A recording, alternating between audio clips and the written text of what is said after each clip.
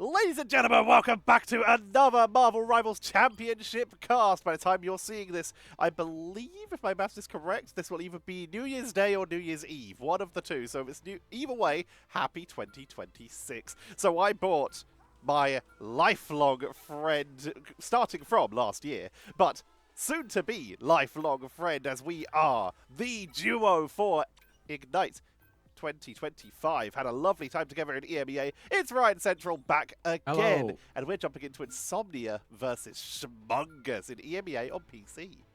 I gotta say, like, for MRC that's coming around, there's a lot of teams in EMEA that have stayed together, which is super exciting. Like, Insomnia this car has come in. You've got Cestroid that was on that Rad roster that's come in. And, I mean, looking at the bans instantly, it makes sense that Schmungus would go for the Hella ban instantly when you've got somebody like that in there. But also seeing Gambit and Rogue in action for these teams, it's going to be really interesting to see how that influences the meta. If they get through, which Gambit did at the very least. And of course, this is MRC ban, so of course they are universal. When you ban out something, it is banned for both teams. When you protect something, it's protected for both teams, which is why we are going to be seeing Insomnia taking away the Loki. We've been seeing a lot of the Gambit-Loki combo, where teams just try to literally delay, wait, and stack up those ultimates on Gambit for those Raging Royal Flushes in order to just basically get the win condition and try and snowball from being the first team to have ultimate here. You also talked about the main groups of the team sticking together, but also Line Pro coming in for Insomnia was actually playing from a remote location. I saw his tweet after this game was happening, but someone else to point out here is Rigsy, who is a little bit newer, I believe, for Schmungus. Yeah, I think there's a couple of players. I don't know if, I think Noctis had a username change as well. I think he's like, he's maybe never see, I'm not 100% sure. Yeah, but I know that Pasiwo was sort of mentioning it before. Also, I know Forever and Pasiwo have been really ill the last couple of days. The anchor when it comes to Insomnia these days. Yeah, and so like for Insomnia, I guess there's like a lot of expectations for them to do well, but you've got Navi that's playing in this tournament. You have an omission from Virtus Pro. They're deciding to take a little bit extra time off, so they're not retaining their not only title of being the team to beat in EMEA, but also from winning every MRC that they've been competing in. So you also have Chopped that came second place last time. Very true. That would want to maybe go for first place. So it is an open meta. It's an interesting engagement. So it's a really good time to be watching EMEA because you have got a lot of pickup squads. You've got a lot of squads that are clearly like, we want to use this off season to practice. And then maybe when we find out more information about Ignite 26, we can then be like, hey, we've been practicing the last couple of months. We did really well in this previous tournament. You want to sign us? And Insomnia have been hunting for that for eons, it feels like. They really have. And speaking of, you mentioned there's a lot of pickup teams as well. We have Foot, we have Cooking with Kaya, we have Final Dance. All these teams that were starting to build at the end of last season are now starting to use this MRC as their quick testing run. Speaking of testing run, we're back to the old penny rollouts here. You can see that extra bonus health onto Cestroid and Line Pro, who will likely be staying on the rocket, I have to say, due to the fact that with that Invisible Woman... Nope, never mind, that was coming to the Gambit, so I thought they already had a Gambit being hovered, especially with Neversee on the Star-Lord. This is the classic combo these days, Star-Lord along with the Gambit, although it seems okay, I thought Line Pro was baiting me there. He's left it a little very late, but you've got Schmungus trying to run triple strategist. They were there to try and protect the Mantis, so this is something that they want to work for. They've had Necros being in that flex role, being able to do so much damage on the Gambit anyway. It doesn't really feel like it's triple healers. It feels like there's a lot more punch with it. But Insomnia still wanted to go for a 2-2-2. Looking at why Andrew has been so good at being this disruptive role for this team every time we've seen Schmungus play, making the Angela work as Venom's got a little bit out of fashion, it feels, at the moment. But it is just these flying Angelas trying to catch each other and CC them for a second to pull them into a fight. It really has turned into the Angela show when it comes to these dive vanguards. It's giving a lot of work. Captain America, of course, though, is seeing a lot of play as well. That extra defense and the ability to pressure backlines. And Rogue is turning into that flanking bruiser as well to help harass on the side. But we're not seeing Rogue, at least as of yet. Pasiwo trying to duel out Andrew, two of the most aggressive vanguards in the game, forced to duel in the sky. Yeah, making sure that there can't be any space. Schmungus able to at least get a pick up the Line Pro, so he's a little bit behind on the Gambit ultimate builder. But I think it was a trade out on Rixitu, the only duelist on the side for Schmungus, not able to really get any picks after that first one. So Insomnia taking control for the time being. Neversee's trying to build up this Galactic Legend. And if any pressure does come in, there is an invisible boundary for Despise to sit back on. Now it's the Mantis going to try and push in, and immediately the Endsong Inferno looking to try and counter these players that are pushed in a little bit more, maybe isolated from the line of sight from Necros. They tried to buy a lot of time. They also took out KG's bonus HP that they get from that Soul Resurgence to give them a little bit of extra time. Here comes the Galactic Legend, but it's being absorbed for a significant amount from the Meteor M of Craggy, which does take out Destroyed on the flank, but it's not stopping Neversee from trying to push on in, but the Raging Royal Flush will expire. Here comes the Heavens Descent from Andrew, and Insomnia just burnt every engagement tool and got shut down, Ryan. Yeah, Necros, I think, bringing out the Ace of Aces himself just to keep up that healing. And that was a good play from Insomnia. You've got the Gambit ultimate mixed in with Galactic Legend. You had the Bulwark instantly put onto the Star-Lord to make sure that he could get in a bit more aggressive. But the healing output from schmungus, the movement, the positioning, all really good. Insomnia have had a couple of struggles, certainly on Domination. I think they lost the Propaganda the day before. But again, that's because their Vanguard line was a little bit worse for wear, not feeling 100%. This game, though, it's a tough one. schmungus might be seen as a content creator team, but they've been practicing and working hard so often that you can never really write them off in games like this. Neversee Blaster Barrage with that Iron Bulwark for a little bit of sustain. Absolutely unloads the clip into Rixie. Takes them down. Is continuing to pressure on the flank. And suddenly, the neutrals, completely different to the ultimate fight here. We're seeing Insomnia take a clean control. And they're staggering these pickups beautifully right now. There is some significant time difference between the first respawning members of schmungus and the latter, allowing this aggressive push up to the stairs from Insomnia. It was just on the neutral too. No big ultimates were used. That's a lot of damage to Destroyed though. He almost goes down just before he gets that end song. So schmungus are providing a lot of damage considering it is the triple strategist that they're running. And so far, it feels that the big difference has just been players being caught out into positions that they shouldn't be in and be bottlenecked into a ton of damage. Galactic Legend is going to be used just as schmungus are trying to come out and go for a bit of a flank. It's more used to make sure that nothing can come in behind Insomnia, but now they can be aggressive to push stuff back, especially when it's like sub 10% before this point is going to go in their direction.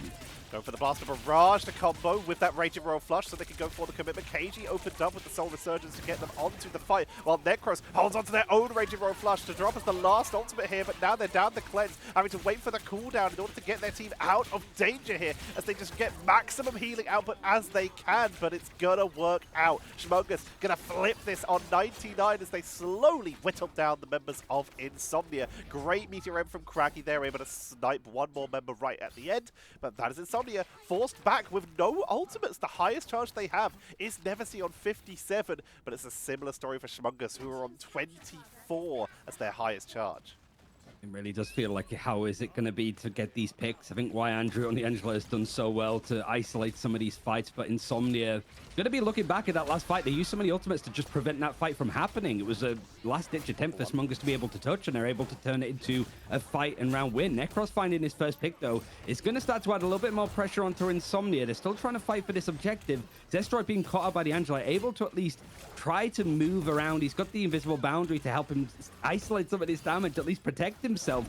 But you can see just how harassing why Andrew is being in this fight. It just feels that Destroy cannot get comfortable. But this is building a lot of ultimate charge here. Line Pro is actually going to beat Necros to the Raging Royal Flush, and they're going to use this for the commitment to try and push into that backline, taking out Rigsy right off the bat into the Endsong Inferno. Neversee, though, also burning a Galactic Legend. They are going for the flip right now. They want to win this here and now at the risk of a portal being dropped from schmungus as they're going to try and set that up. You can see the Angela looking for the interrupt, but I don't think that portal reaches in time. And because this is Domination, that cooldown is gone.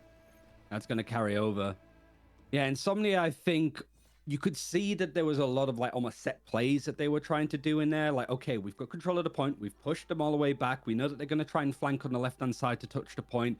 Let's use the Galactic Legend in this instance to just stop them from being able to do stuff. It's one of those cases that Insomnia are going to look back at some of these fights and be like, okay, how could we optimize this a little bit better? Because we still gave schmungus not only a chance to touch the point, but they were able to go and win that fight off the back of it when Insomnia had like 4 ultimates that they used in that engagement. So there's a couple of things there for like Insomnia to just look back on. It's not been bad, but when you played up against these kind of teams, you have to be a bit more meticulous. And especially in like the off-season where everybody's just kind of like, we're, you know, screw it, we ball. We're just going to play in this tournament, see what happens, see if we're a good vibe fit for a team.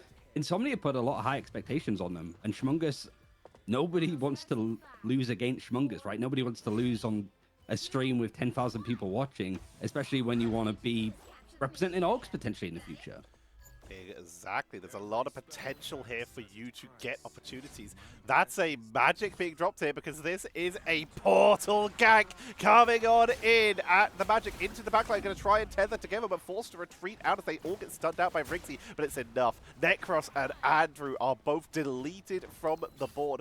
And like you said, it feels rough to be taken down on a mainstream. It feels rough to be taken down on someone else's personal stream. That is one of the big powers of schmungus, the intimidation factor. But the fact is, it's not just a content team. It's not just a streamer team. These players are some of the highest skilled in the game, coming in with a rage of royal flush right off the bat, committing into the backline, just trying to burst through the invisible boundary, already taking down Lime Pro forever, dropping low. They get tethered in, but they're holding it together forever with the Meteor M to try and take down Rixie, but Rixie evades as Andrew comes on in with the spear. Ivakamoto from Pasuo, though, is going to take down one. Beautifully done. The shield from Invisible Woman will buy some time, but overall, this is a fight that has been that looked pretty solidly won by Insomnia, and now has flipped all the way around, and forever, one of the sad Magneto descents into the abyss.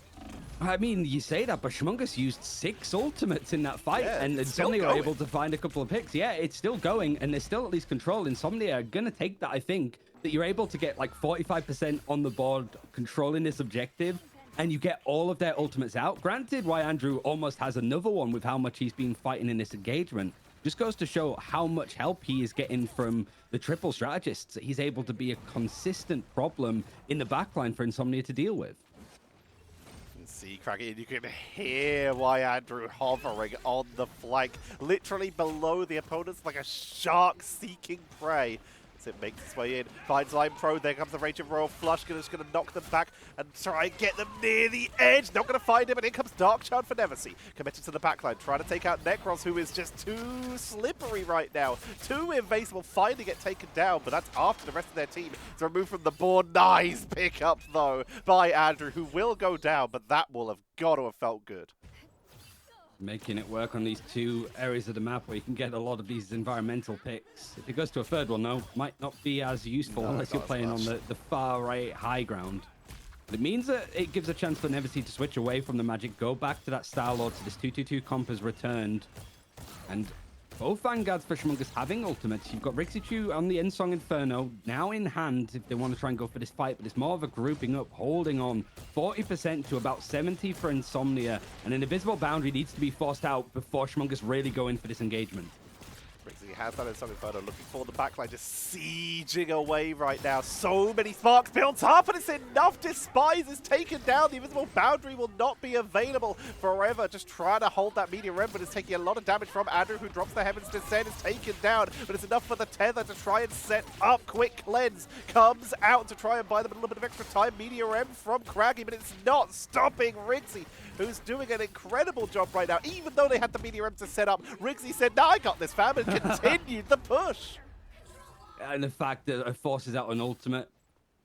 Rixichu happy to go for this fight now. So schmungus taking control back again. And it does feel like the main thing that's letting both of these teams down is just the strategist being picked at various points. I think Necros has gone down a couple of times just when both teams are trading out damage to farm up ultimates. Despise going down first there. He had that invisible boundary still, right? And it wasn't really forced out. He goes down before he has a chance to realistically use it. So now schmungus have a really good bully potential here now.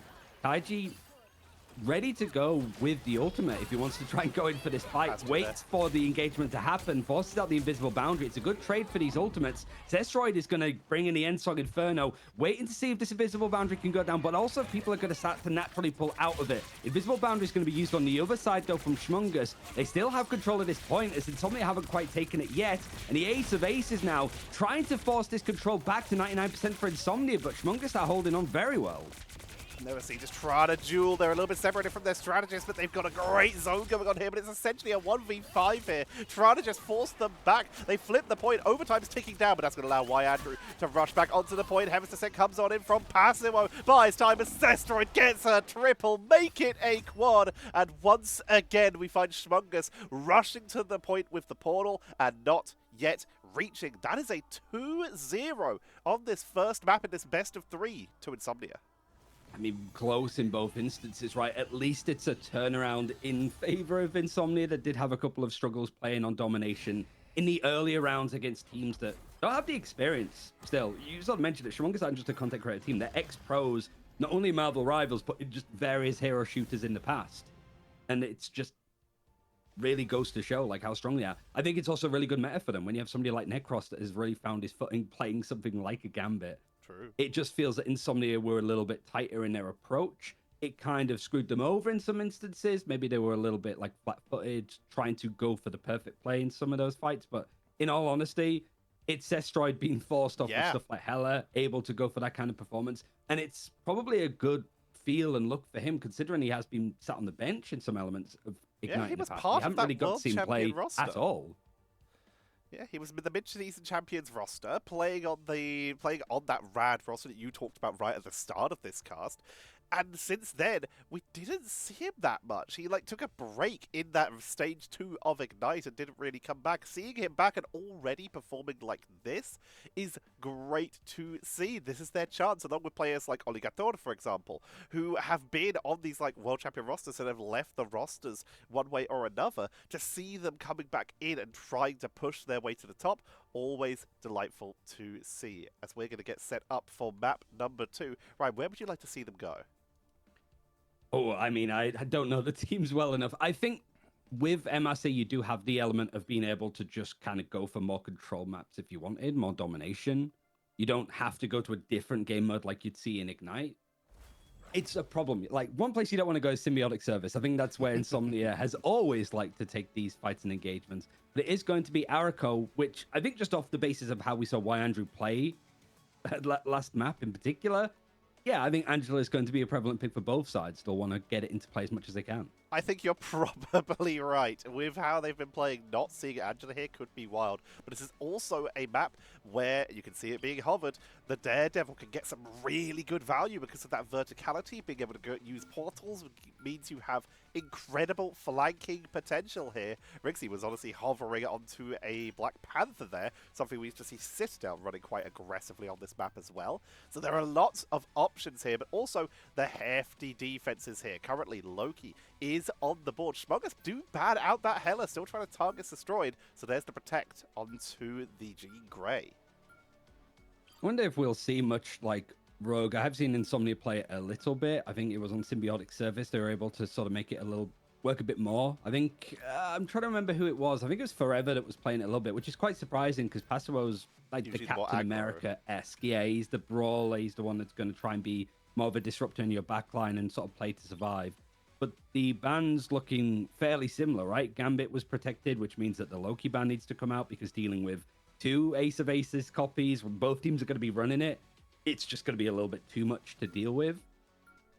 And now the Rogue actually being protected means that it might sort of switch up the Vanguard line a little bit more. I think the one thing that I've seen a little bit, because you have got that team up, I'm trying to remember the team up, this is my own little homework. Explosive Entanglement. I believe that's with correct. Gambit, Magneto, and Rogue. What I've seen is not so much all 3 in play. It's like the Magneto or the Rogue tends to shift out, which feels canonically pretty funny when you sort of look at the stuff with X-Men, the animated series. But that's kind of how I think Insomnia have been playing it themselves. Not both of them, just switching out depending on what is needed and what part of the map you're on. Seeing the Rogue being hovered here by Andrew, this is something that like you said, we haven't seen as much as we might have expected, but we are still seeing that Mag and Rogue together. What we have been seeing a little bit though, especially on maps like this, where you go for that very aggressive first hold, is similar to what we were seeing hovered there by Insomnia when you were going for triple Vanguards or even double Vanguards, going for a EMEA and a Rogue, and just going for hyper suplexes. Lock people down, keep them stuck in place, and just bully them. But we're not going to be seeing that this time. No Rogue being hovered by Insomnia, but they are going for that 3-0-3. Bringing out Neversee, moving off that duelist role onto the Magneto. And Destroyed, sticking with the hit scan, looking at Adam Warlock. Yeah, that 3-3 is still pretty prevalent. I do think it's interesting because it has been, like you sort of mentioned, it feels like EMEA and Rogue together, but it's an EMEA versus Rogue. Yeah. It's a non-mirrored matchup, and even seeing the Captain America sort of playing Paso, some of it is going to be comforting element, but I am excited to see what Andrew can do on the road kit to see if it's a difference maker over somebody as prevalent as Emma. Honestly, this is kind of the perfect situation for Andrew to be in right now, because if they can get those ability absorptions, they've got two of the best targets in the game here. If they can get Emma Frost, they've got a huge amount of damage resistance there and some great crowd control. They're going to get suplexed first, though, but they do tank through it. And if they get Adam Warlock, they get Soul Bonds, one of the best abilities in the game. Trying to lock down onto the Invisible Woman, but this is exactly how we're seeing Rogue being played. A backline brawler, harassing everyone back there, taking out the strategist, and getting away with it. Forced to come back to their team, though, because there is still that resistance on the board. Passimo continuing to be a nuisance. I mean, this is what he does. I think Finzi really made a name for it with how he was able to do it in like the Ignite Grand Finals, just making sure that you just buy as much time, even if this fight was going so well for Schmungus. They've only managed to get 20 meters in the first minute of time that they have on the clock. Craggy does find the pick onto Adam Warlock. The Life Cocoon is going to be used in a pretty safe position, and he has some peel both from the strategist and the vanguards in the same time, but forever forced to use the portal play pretty early on in a spot where a lot of people are taking damage. This is easy farm for these ultimates coming through, and why Andrew does have the Heartbreaker pretty early on. He could stop a lot of what Insomnia want to do, and he might be looking at Cestroid in particular because he has that ultimate to go with. Heartbreaker comes out, they commit for it. Libro has to use the Raging Royal Flush before it is absorbed, before it is taken away by Andrew. Having to burn that early when you might not have wanted to is always going to be rough, but they are still going to sustain this. Invisible Boundary from the Spice comes on out and then leaps away to safety. KG with their own healing here, keeping the team topped up. Aya Magamoto already charged up, but it's going to be dodged out. KG will fall, but it's going to be Necros escaping from the first part of that fight. Rixie is not going to find anyone with the Ensong Inferno, but it sets up for Craggy, that classic combo. More full stops, I suppose, for Schmungus to try and win out this fight, but Insomnia just one at a time. You saw the Siege of just zerging their way onto the objective one at a time to see if they can keep things stalled out. And how much this Rogue is trying to just harass in the backline is not enough support to help him with why Andrew, as Paso gets fully knocked off the map. The Force Physics, it's still one of the strongest abilities in the game, something that Rogue can also copy if they can get their hands on the Invisible Woman. But right now, Schmungus just seeing if they can find a little bit more. Not enough space is realistically being taken.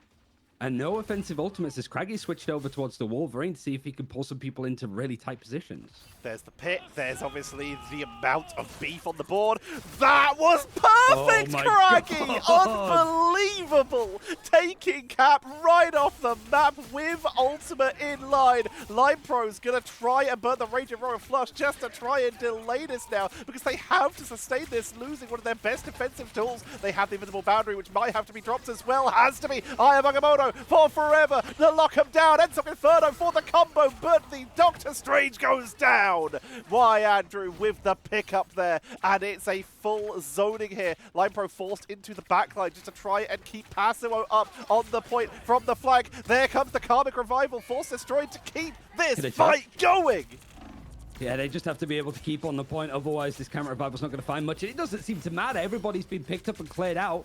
There's still at least a touch there from the Thing, able to at least stall this out just a little bit more as the Life Cocoon, Karmic Revival even, is starting to bring people back into this engagement. You've got one Vanguard on the side of Schmungus with Craggy swapping over towards the Wolverine, and now you've got the extra push in from the Mantis. The clear through, Craggy switchover is making it a horrible time for Passimo to deal with. Forever going off of the Strange onto the Thing, still able to stall with 15 seconds left. You feel that Schmungus need to just push this to the extra part of the checkpoint to be in a real shot, bringing them back into this series. The Invisible Boundary was dropped. Craggy has the last stand for the commit to try and take this round, take this fight. They just need to try and get the group up. Last stand! Good knockback with the Force Physics. It's going to buy a little bit of time and allow Passimo to get out that Freedom Charge, giving all that bonus health over to Insomnia to allow him to try and push on into this fight. There comes the Raging Royal Flush from Schmungus to try and commit to this. Destroyed falls, Line Pro falls, and Insomnia's defense is shattered. Deleted off the board, and point one is grabbed by Schmungus. Looking at this from like other teams as well, from what we saw in like Ignite Grand Finals, this second point is where it can make or break it. It's a really good hold from Insomnia. The full 4 minutes wasted before this first checkpoint is hit. But some teams on the defense can really flounder here, that they could just end up losing too many fights. The momentum could still springboard for Schmungus, and they're able to get to third. If the defense can get hold of the payload as it's sort of moving up the slope here, it's such a good spot to really make sure the schmungus can't build any more momentum as they've been scrapping through. But losing Neversee just in the neutral in these fights, it's happened a couple of times for Insomnia. Just people not being in position, maybe returning from spawn, means that there's a real tight chance now for schmungus to actually keep pushing on, especially when you've got this ultimate, the Psionic Seduction from Y Andrew, able to really capitalize on that as Rixitu gets a second. Gets the lockdown. Forever moved over to the Rogue, but is taken down as the Rogue team seems to have swapped sides here. The triple strategist from schmungus, we've been talking about the comparison. Which is better in Season 5? Is it triple strategist? Is it 2-2-2? And we're starting to see schmungus making a good case for this triple strategist with that Mantis damage boost, with, of course, the extra Purify from Necros on that Gambit, giving them a huge amount of value as Invisible Boundary comes on out. Destroyed, still going to pull the trigger, but Neversee is the first one to go down. Counter from Rigsy, setting up for Craggy Media. M directly onto Passive, but the healing output's a little bit too much as Raging Royal Flush will be dropped. Neversee going down first twice in some of these fights. He's going to be out of the action now with the Kraken's impact in hand. Freedom Charge is going to allow at least this 5 versus 6 to hold on a little bit more. Meteor M for Forever at least grabbed up. They're just looking for a good chance now. They know that some of these strategist ultimates have been used, but they must be having an inclination, and Necros is close to the Ace of Aces. As soon as he gets it, he uses it. It's turned around the fight, and it's going to force out the Meteor M. He's more looking for an audacious pick in the end, and he manages to patch Kaiji right through the Silent Seduction. Why Andrew's been able to farm up so quickly for the second time in this fight. We've got double ult charge coming in from Insomnia with Captain America and the Gambit, but schmungus, they're still finding these openings. The knockback on the Force Physics is actually going to allow Line Pro to touch the point for at least a second, and it's literally strategists being thrown at the point to buy enough time for KG on the portal, but it's too far away. Not just going to be used to block off. Sorry, I looked at the wrong team there. Used to block off Insomnia, prevent reinforcements as they were trying to rush their way in. And schmungus grabbing point number 2 here. Yeah, feeling confident enough to feel that the second checkpoint is the main thing to be working on. You're not saving the portal to try and touch towards the end here. You've got just less than 90 seconds to go with. And Insomnia, it feels that whilst you sort of highlighted like the going for the ult charge up with the Captain America Gambit, it feels that schmungus are the ones that are getting these ultimates more just because of how ingrained into this fight they are and just how much healing there is to go in. Ensong Inferno at least finds the pick onto Kaiji, but you've got Desley that's brung out the Invisible Boundary. They're the only strategist left alive. They're going to be sent right back to spawn, which is only like 3 meters behind them, but at least allows Insomnia some control of this fight.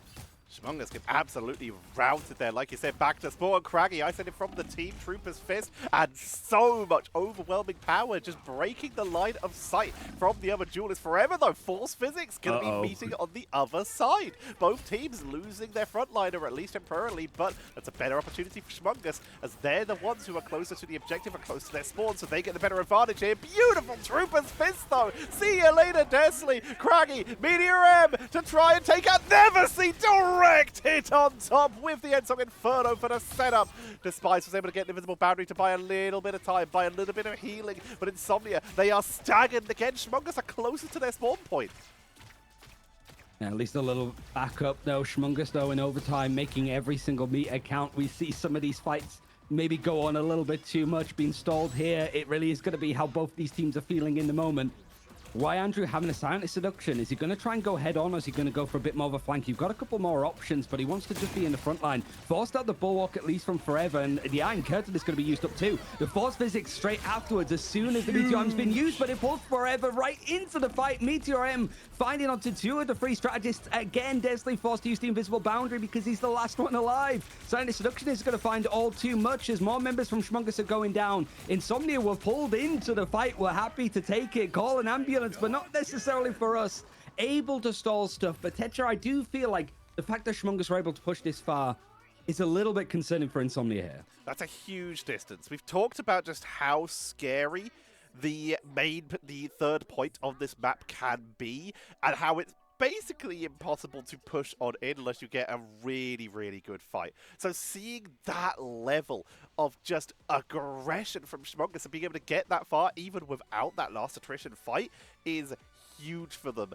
Insomnia, they're going to have to pull off something spicy here, and they are looking at something a little bit spicy, knowing that we are still seeing these days a little bit of the triple Vanguard, triple strategist, just like what Insomnia did on defense. They're going for a more old-fashioned way of dealing with it. Instead of going for the Wolverine or just whatever else we saw from schmungus last time, they're looking at the Punisher for Zestroid, which is one of the other characters along with Star-Lord that super benefits from a Raging Royal Flush from Gambit, and of course, that Storm damage boost.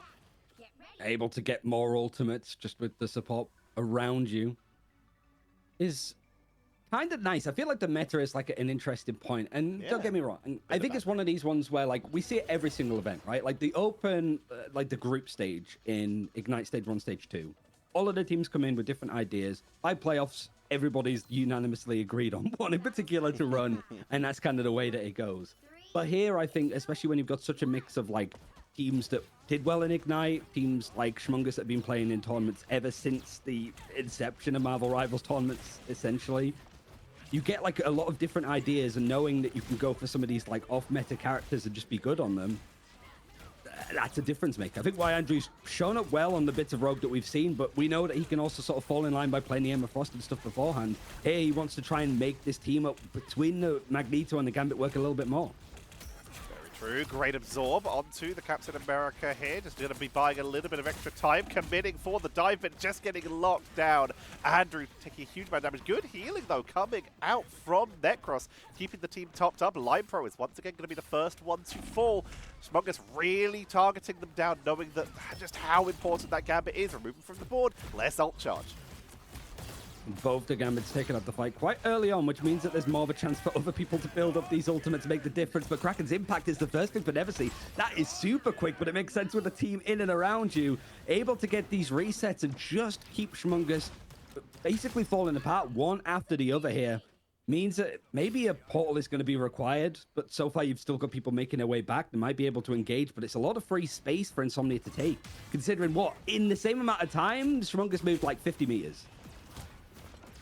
There's a lot less delay. There's no need for a Wolverine or anything like that. Neversee looking for a bionic hook, see if they can find one, gets locked down, but there's that Raging Royal Flush to commit onto the backline. Trooper's Fist does not find a target, but it does give them the mobility to get where they need to be, and schmungus is deleted. There is no way to sugarcoat that, as that is a massive push by Insomnia. 4 minutes, 45 seconds on the board, Ryan.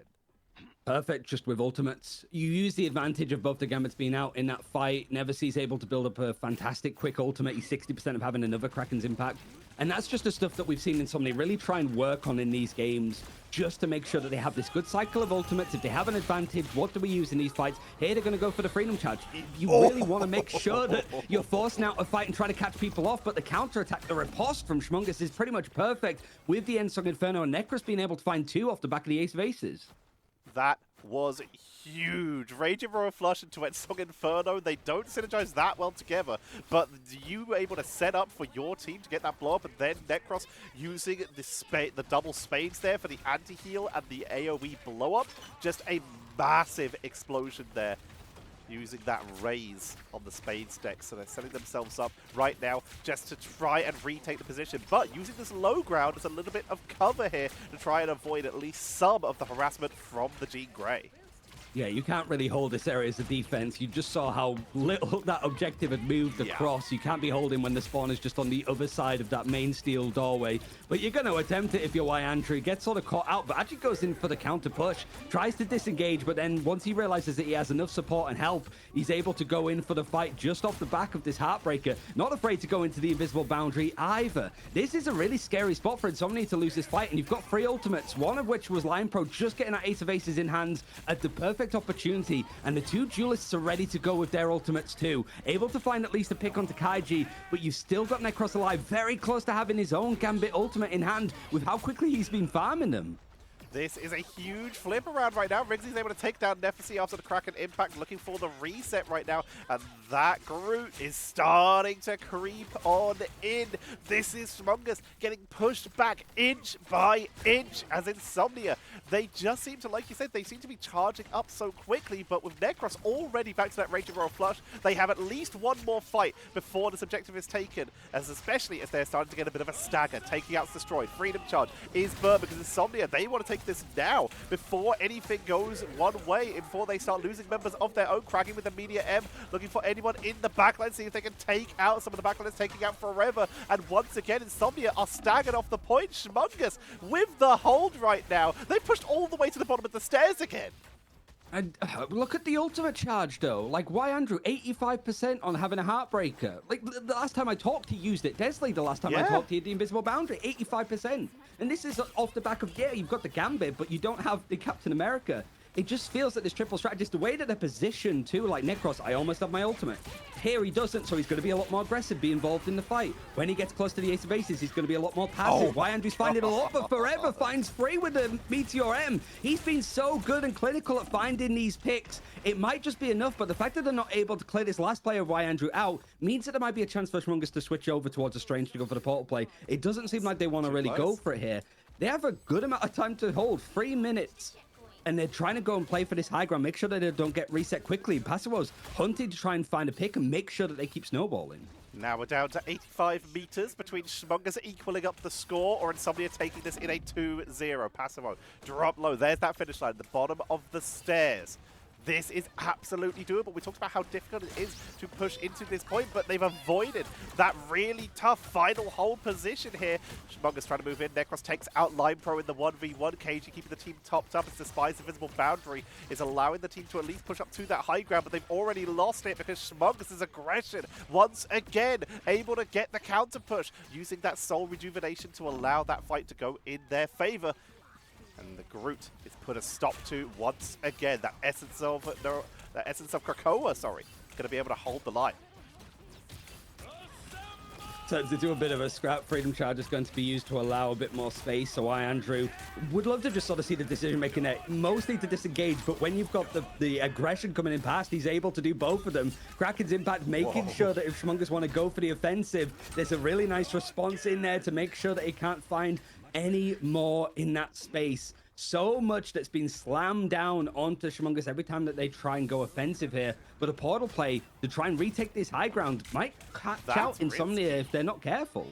It is risky, though. If you look, the finish line is right there. Taking the high ground is all well and good, but the objective's on the low ground. You've got to come down. You've got to take the objective. You've got to step up right now. And they are going to commit to the fight with the Heartbreaker coming on out, and they pulled that off perfectly. From the risky location, they were able to group up safely and take the better fight position, getting the full team wipe with 1 minute to go. schmungus, I was a fool to have doubted you.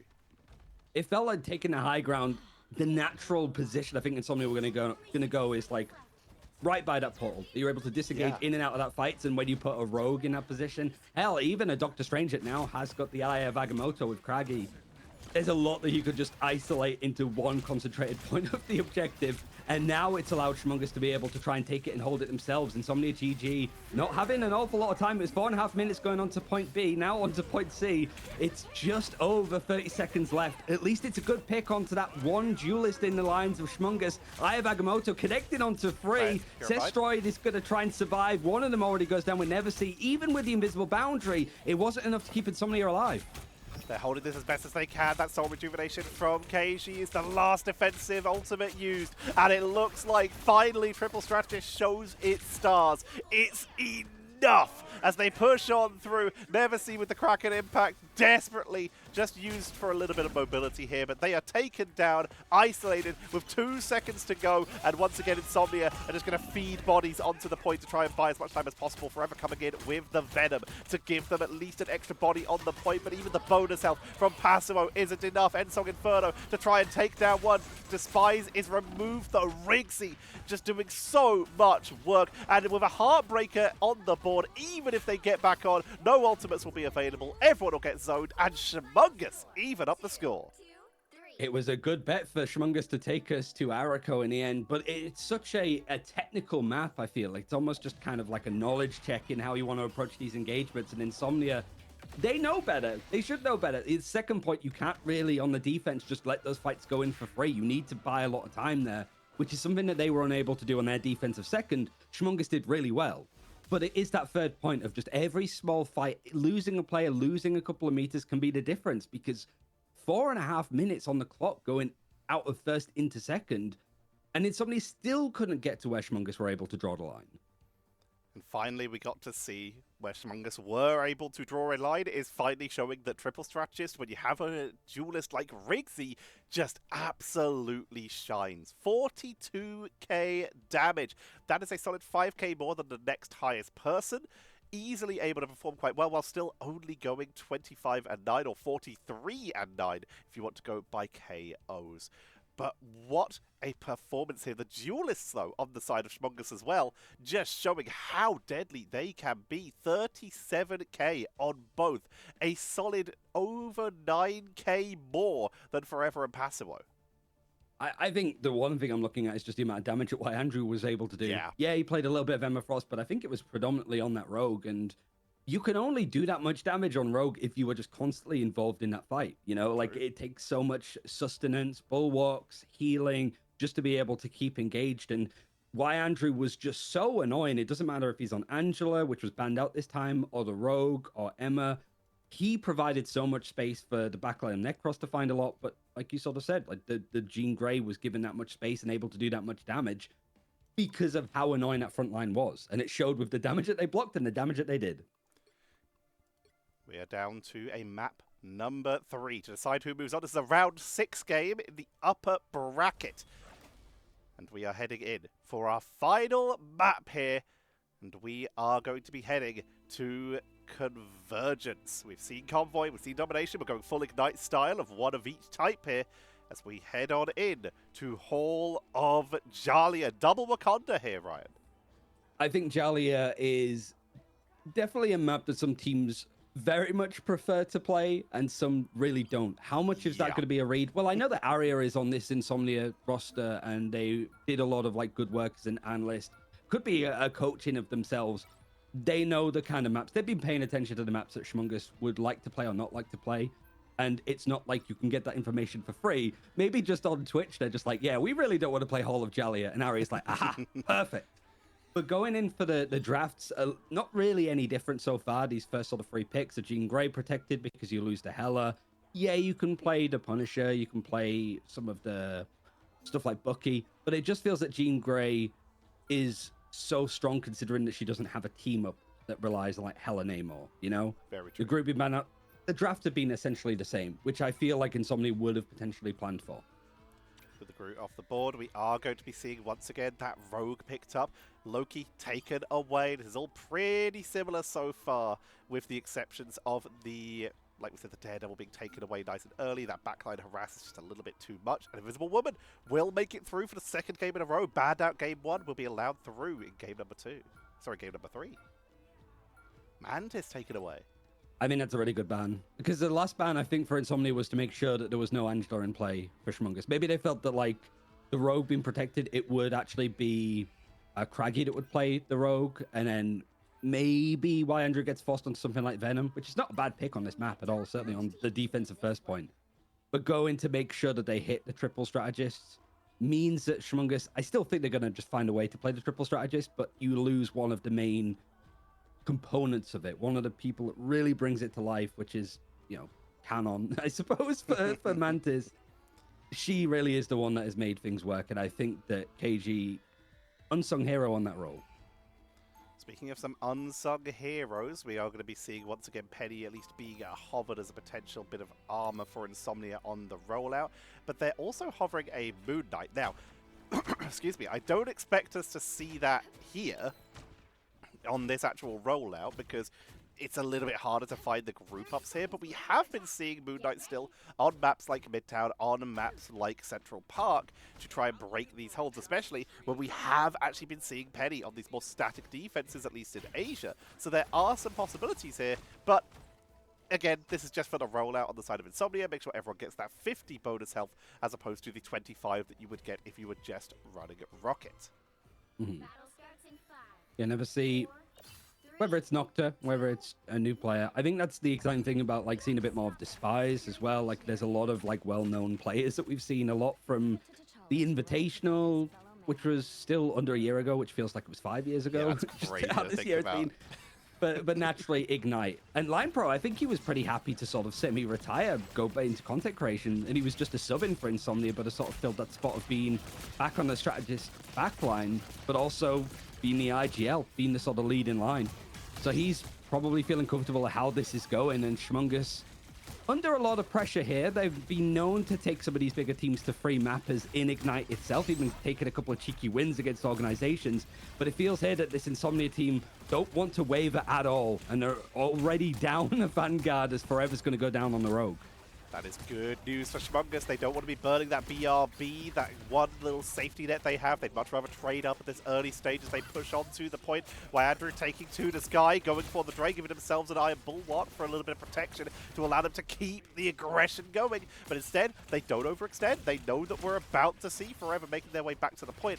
Andrew would just rather back up, make sure they're safe, and go back in for the initial fight. Great pull! Trying to get onto Libro to take them out early, and they're pushing aggressively with Necros already charging up towards a Ranger Royal Flush. Libro responds in kind, but it's going to be Insomnia who are retreating all the way back to spawn at this rate. Nova goes down, but the position is easily taken by schmungus. Able to go for these fights. Meteor M, if there's a bit of an overextend, a good force physics might be able to pull in this fight, whether it's you're jumping into the fight or being pulled in unpopularly. You've got the Kraken dip being used, but that's a hell of a shot to take out Neverseas just as he was trying to go in for the reset. Craggy absolutely snipes him out the sky whilst he's falling down from heaven after the Meteor M. A hell of a shot to catch from Craggy. And schmungus holding on really nicely. You've got Destiny that's used the Yarn Amplify to get just a little bit more out of it. And now Insomnia, half of that time has been gone, and it feels like they haven't got past this first choke. Kraken just did one of the filthiest plays I've ever seen. Not only did he snipe Neversea out the air with a Meteor M and finish them off with a main auto, they also, in Meteor M, used their body to block the Endsong Inferno of Destroyed. Craggy is absolutely filthy on it right now, and is continuing to hold the line, but it's going to get absorbed by Forever, wrapping into the backline as the invisible boundary comes on out from Despise to allow them to try and turn this around. KG responds in time. Heartbreaker coming on out from Forever to try and force this, to try and get into the backline, and they're doing some huge work onto Craggy right now, but that healing, that Guardian Shield from the Invisible Woman is keeping them topped up. Now the scrap as Forever tries to go in off the back of it. Ace of Ace is going to allow this to push a little bit more as the Kraken's impact finding the picks. Forever is going to be the one in the elimination feed that's going to get all of the clearance, and some of these shots are really starting to ring true. Both these teams having to really push themselves as much as they possibly can. And with a sigh of relief, Insomnia able to take the objective, happy to sort of group up these ultimates. Destiny goes for portal play. That's free for schmungus that have just been a little bit too late, and you lose out on the cooldown for the next 3 minutes. They're trying to be good. They're trying to just rush the point as quick as possible. Make the most of the fact that, especially, you have 3 strategists, so one of them can afford to swap off if they get taken out early, which they usually are as the targets. So being able to just portal back in is good, but Insomnia were just able to flip this so quickly. And finally, my prediction for Punisher comes true, just not when we expected it. Going to be brought out. No Star-Lord, just going to try to make the most with overwhelming damage here. You can also use the zipline to get to some of these higher positions, areas that Riggsy is going to want to try and set up and just spam damage. We saw just how much on the Araco that he was able to just kind of pot shot for free because of how much the Vanguards were taking the stress. And Craggy was still able to find the pick all the way through. Endsong Inferno trying to block it yet again, but Craggy's made it 2 for 2 with these engagements off the ultimate, knowing to try and bait stuff out and making sure that Insomnia can't get much off the ultimate trades. Here comes the Raging Royal Flush from the side of Line Pro, moving on in with the Heartbreaker to prevent the counters, but we still see that Cosmic Guard Amplifier for the damage and counter Heartbreaker from White Andrew to stop the snowball. And the fact is, Andrew's been able to stay on this point. Even though they are losing this fight, they are starting to delay as long as they can, and every second counts on a map like this. You'd got no portal either because of just the misplay from before from schmungus. So you could already see Insomnia just taking up all of this space, not afraid to go pretty deep into these fights. little bit of a pushback, and you've just almost bottlenecked schmungus right into that first exit way. You've got the final judgment being used too. Means that there really can't be a touch. It's going to force out Necros to bring in the ace of aces, but you can see just how much damage is coming in from the CC. Trade outs at least in picks, and a touch in the end as schmungus able to sort of fight this back. A clean engagement is why Andrews brought back from the BRB. Just in the nick of time for schmungus to get a hold onto that fight, whether it's Insomnia overextending or just good play from schmungus to use the ultimates that they had available. Definitely going to be a look back on both sides as a minute is left. Nicely done. We're starting to see why we're seeing a lot more Star-Lord than Punisher these days, and that was that Neversee in that ultimate form was just dove. We saw the Rogue dive in. We even saw a little bit of the Gambit fly on through with that Cajun charge, able to get a huge burst of damage, but this is why Punisher is still seeing a little bit of play. Just the overwhelming pressure it's putting on these Vanguards. You can see just those health bars disintegrating their Necros, forced to burn 2 tools there just to escape. Trying to go for the shotgun. It's a perfect pick, actually, as both the players charging into each other, meaning that they both fly down to the ground. Turret's going to be set off just off the visible boundary, but just the position not quite good enough. He was up on the high ground, seeing if he was going to be aggressed on a little bit more, as there's half a meter left to try and touch for the second checkpoint. Neversee finding a lot here, trying to see if he can get another pick. He's at least forced back the backline from schmungus to not go in for this fight, but a Yan Amplifier might provide a little bit more damage. Forever gets stunned out, able to at least survive, and second checkpoint has been hit, and it seems that there's going to be a roll through of these last surviving players of schmungus. Nicely done. I also did like the use of that culling turret to try and survive the media M by giving themselves that little bit of health in the front there. But in this case, just able to rotate up to the main choke point, set themselves up early, siege on in. Rixie charged up with their own Endsong Inferno. Andrew on 90% for a Heartbreaker here. And Necros almost at that Raging Royal Flush, allowing them to create a little bit of pressure. But Insomnia, they could pull the trigger now, try and prevent that. But no, it's schmungus who choose to take the initiative.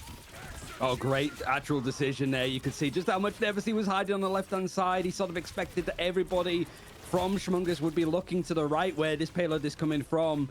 But just the Gambit, especially Necros, able to put out so much burst damage that Neversee doesn't quite have the support in order to survive it, because everybody else has had to back out. The crossfire not working means that schmungus have a hold of this again. 40 seconds. It really does feel like Arako to an extent of where this payload ends up stopping is going to be the big difference maker, because it's every single engagement that they can manage. Insomnia haven't built up anything outside of the Meteor M and an invisible boundary now, but that hasn't stopped them from finding these picks in fights like this, especially if the Vanguards from schmungus overextend.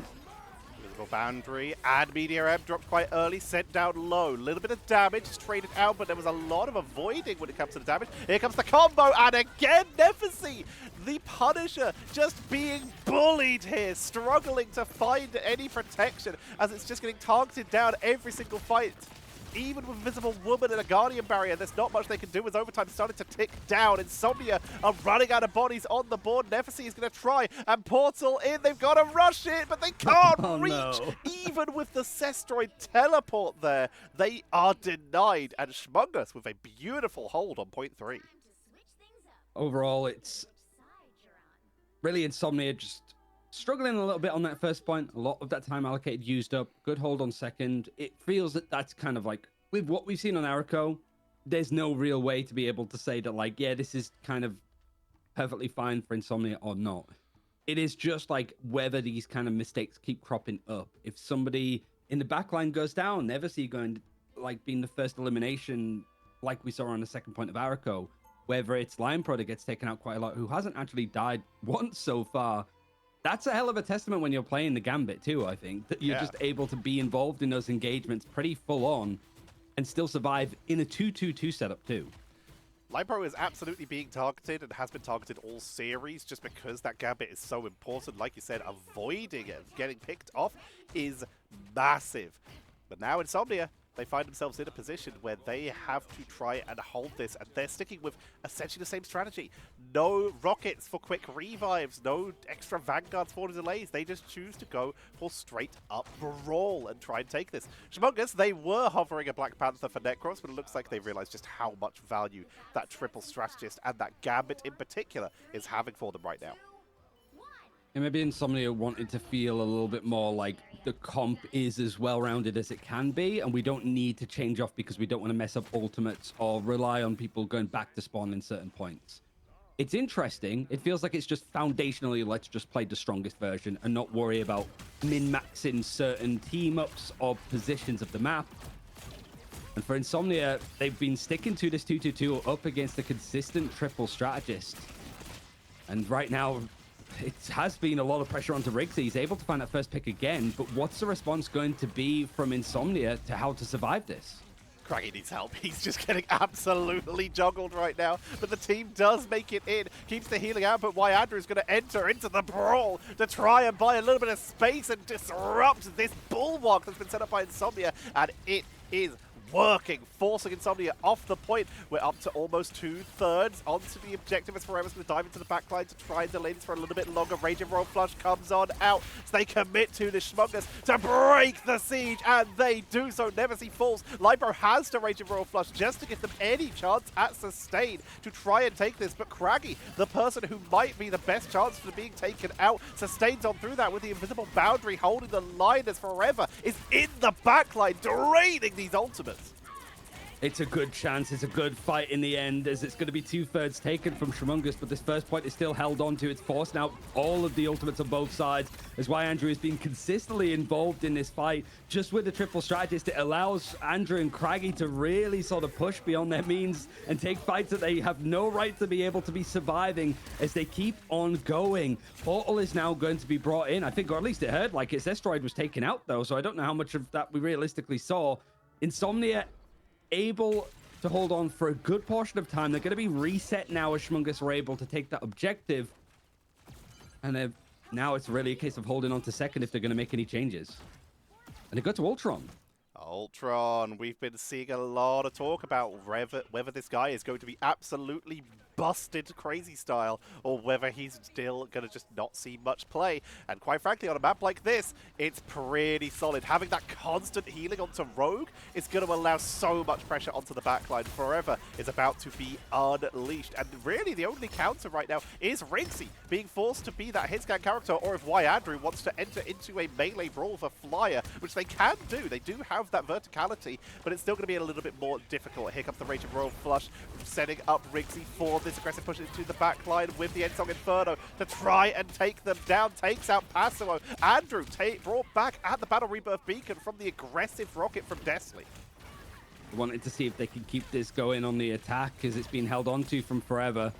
Able to block some of this damage coming through, waiting for these combinations, able to at least get the grab, and so he goes for the reset of the chrono kick. Seeing if they can dive into the backline, which pulls away the attention of Insomnia. They want to make sure that they're peeling for their strategists as much as they can, but it means that schmungus now moving this objective slowly but surely. With the Iron Amplifier, they have to try and respect it. Heartbreaker now available for Forever. Maybe trying to go for the slam, wait for the invisible boundary to go in, stopping some of these ultimates from being available in the hands. As Never See, I think, brings out the Rage of Ultron whilst all of this is going on. He's farming these up so quickly. Even without the help of the Gambit, he doesn't really need it as Forever. You just see how much support, how much healing is going in to keep these people alive with the bulwarks. It's a good hold in the end, and it's wasted so much time for schmungus. Look at Forever. They're just not being touched. The cards literally only moved when they've gone for fights like this to try and take down Riggsy on the high ground. That's the only time it's moved at all, just because they're so hard to pick off here. This Ultron is doing so much work for Forever as they're able to force back the members of schmungus, going in for the kicks, not able to find much, but it's a great reset for Insomnia, buying themselves a couple extra seconds here. I never see 90% on a Rage of Ultron. It was 25% when it was that fight going in. So much of it is just going to be how, like, these rogues are going in for these fights, how they're able to sort of mitigate some of that damage freely with the blocks. And the amount of dashes to just dodge some of these like bigger hits coming in. Ace of Aces is going to be the thing that leads the line, but the Rage of Ultron is going to be used pretty much as you're holding S, you're walking back the whole way, making sure that a lot of that concentrated damage is going to come in, but just the amount of healing that comes in from Necros's Gambit ult, it's not really going to amount to too much. The Iron Amplifier, seeing if it can push a little bit more as the counterattack was attempted from Insomnia. Now they've had to hokey-cokey their way back into this main choke, but still fighting, still going on as another Heartbreak is going to be available for Forever. Forever just will not go down. The drone isn't even on them. Finally, is going to be replaced to allow under pressure onto that backline. They remember to drain Andrew at least a little bit of ultimate-wise in order to take this fight to win the duel. They collide mid-air, but it's enough as the rest of the team cleans up Andrew, and Forever continues to show just how scary this Ultron drone. It's not a lot of healing, but it's constant. And when you have someone with so much sustain and so much mobility like a Rogue, it's hard to deal with. We have a lot of fears of characters like, for example, Daredevil being used in a similar way to this. And quite frankly, I'm scared, Ryan. Yeah, I think you have every right to be so far. Like, why Andrew's going to switch over towards the Angela as we get to a minute, see if he can pull Forever out to positions. But with every one of these main abilities that Rogue has been, at least starting with a dash, it means that you've got so much mobility in these more concentrated areas of a fight. Meteor M going to try and slam down onto a target, but you can see just how much Forever is trying to be annoying. Happy to take it at face level if they need to, because they have the mitigation in order to block it. Now there's so much support coming in onto the Magneto, and just how much freedom Forever. They are absolutely causing a tear, and this switch over from the Ultron has just provided so much space for him to really be annoying and give Sestroid the space that he needs to do the damage. Forever loses the drone, getting out of range of Nephesy as they're forced to back up, and finally they go down, showing just how much of a difference that is making. Cosmic Guard Amplifier, and the heavens descend from above from Andrew is doing huge work, isolating the backline, and now they just have to deal with the front, taking Passimo 1 off the point and 2 directly into their team. It's a massacre, and that point 2 is looking very scrumptious for schmungus right now. But once again, Insomnia, single people, one by one, feeding their way onto the point, and Forever's back, and he's got the drone, Ryan! He's back with Heartbreaker into the backline! They just won't go down! I mean, why not? But nobody from Insomnia switching over towards a Strange to go for a portal play. Like, it really feels that they just want to kind of stick to this composition as much as they possibly can. Rage of Ultron mixed in with a Heartbreaker, though. It just feels like Forever is taking on the battle completely alone. It's so much of this stalling out, even with an Angela and a Strange going to be used on the side of schmungus to try and go in for this engagement. Rixie has to try and go for the portal to bring things back, and somehow, some way, Insomnia have managed to survive. Meteor's going to scatter these players, but the mobility is too good on the Rocket and the Jean Grey that it's not going to catch on to anything for Craggy. Forever still on the point, no drone currently, but they're still taking the duel, able to knock Strange off the point, at least for a little bit, as that overtime is ticking down, piece by piece. Cage goes down, but it's brought back at the Battle Rebirth Beacon to keep this fight going.